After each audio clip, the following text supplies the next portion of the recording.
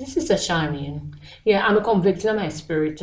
The vexed in my spirit about the single Christian woman them will go ahead and I say them a seek and them a seek and them a seek out a man. Yes, I think that the time that they take to be seeking, going out and seeking, they should learn to find themselves. Because some of them that I know and that I hear about, that I see going around, seeing that they can't do without a man and they have to seek and find a man, a lot of them are not physically, emotionally, mentally, psychologically ready for a man. You see, what we have to understand, single Christian sisters, and I'm very, very, very vexed in my spirit right now. We have to understand that in order for you to get the man that you desire, you must first ask the Lord to lead you to that man. You must remember, we as spiritual persons, we can't just go around and take up any man that is out there because it will end in disaster. Come on, we have to be spiritually inclined. We have to read our Bible some more because the information are there, to help us in our lives. Okay? I would definitely look at single life as a gift.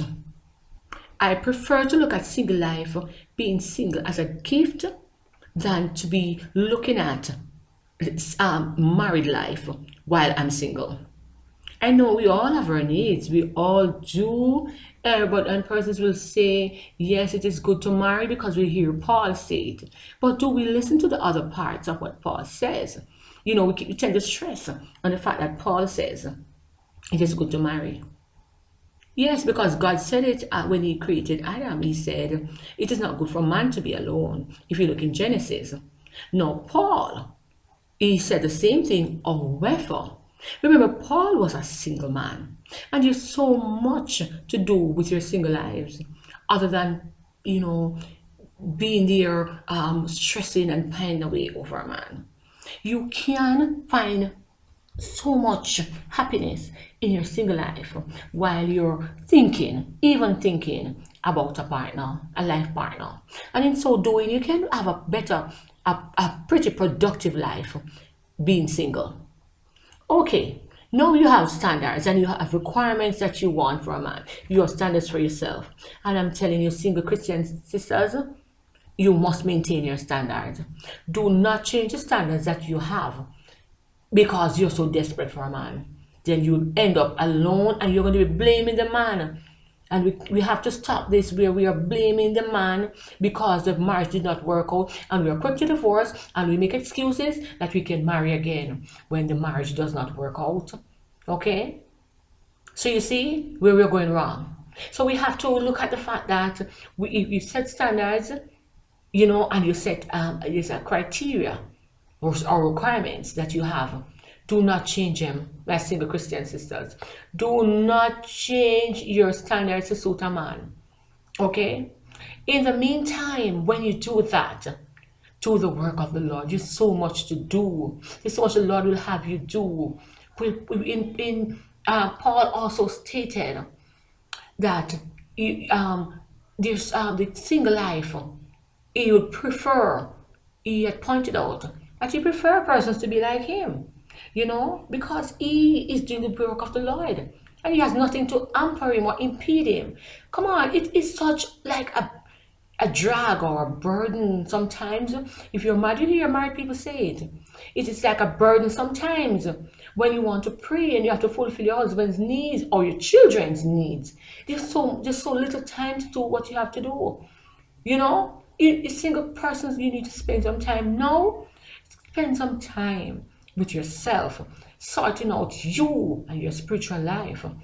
Some of you single persons don't even have a job, and you want a man. Sometimes the job that you have, you can't even save anything from it. What do you have in your account? What do you have a home? You're living with your parents. What are you seeking a man that will take you out of your family home? What are you seeking a man for? What do you have to bring to the table? Men these days don't want a woman that can't bring something to the table, mind you. So you need to look at all those things. You need to even love. Some of you don't even love yourselves. Come on, single Christian sisters. I'm very vexed in my spirit about that. Because you need to love yourself first and foremost. And when you're seeking a man, you must ask the Lord's guidance to pull you to the man. Even if you have the requirement set down and say, God is the man that I want. Still, at the end of that prayer, ask for the Lord's will to be done. Ensure that this is the man that you want in your life, because sometimes, single sisters, it's your energy that pulls this certain type of man to you, and then you blame the man and you blame God and you blame life. Because if you're desperate, you will get a desperate man. That's the type of man you bring to you. Study the law of attraction. It is what you dwell on most. That is what you pull to you. You understand? So I'm just imploring you, my single Christian sisters, just be content. The Bible tells you that. Be content in whatever situation you're in. And while you're being content, you need to sort out your life. Ensure that you are ready for a man. Ensure that when you are ready, you have things in place. Don't wait for marriage to say, okay, a man is going to fix this, or a man is going to this. You need a man that complements you. Remember, whatever you are seeking in a man, what you're looking for, the man is also looking for that too. So my single Christian sisters, we need not to be so desperate, because when the Lord is ready to send you someone, he will send it in due time. You understand me, single Christian sisters? Come on, do not push it, and then you find yourselves unhappy in a relationship. A lot of marriages are not working out because of how they started. The energy that you push out is what you will get, my single Christian sisters. So I'm imploring you, I'm asking you, I'm begging you.